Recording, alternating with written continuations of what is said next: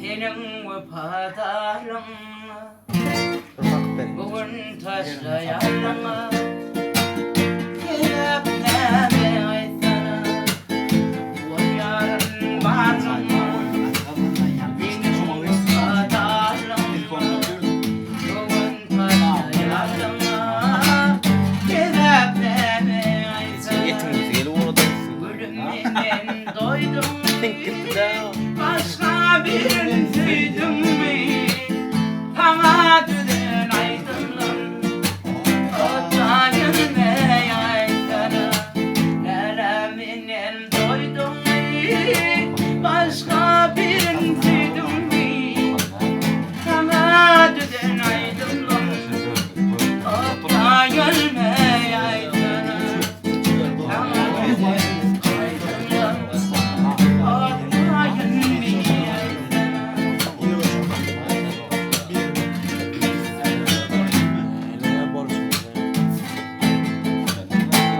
yaşa bilemem ağlayanın gülüme bir yaşa bilemem ağlayan benim gülüme şunun arasına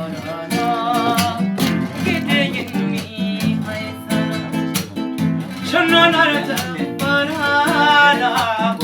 gideyim mi haysana gülüm başka birinin duydum mi? Bana düzen aydınlan orta gelme aydana yereminin doydum mi?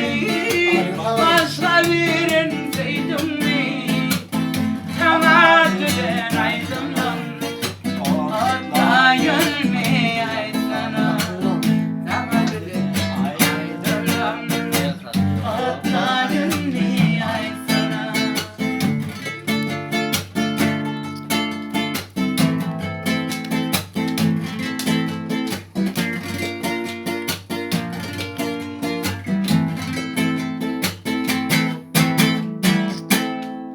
yarın bilmedim şeyde bir yanım dünyada ağır yarın bilmedim şeyde bir yanım dünyada bugün morla evimden geçeyim mi aysana bugün morla evimden geçeyim mi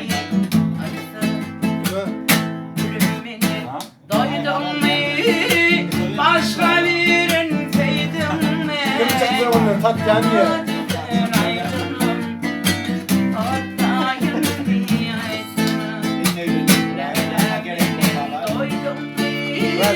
Başka birini sevdim mi?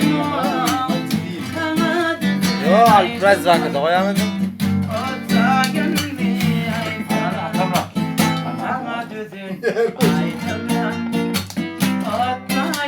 Yapma biraz daha.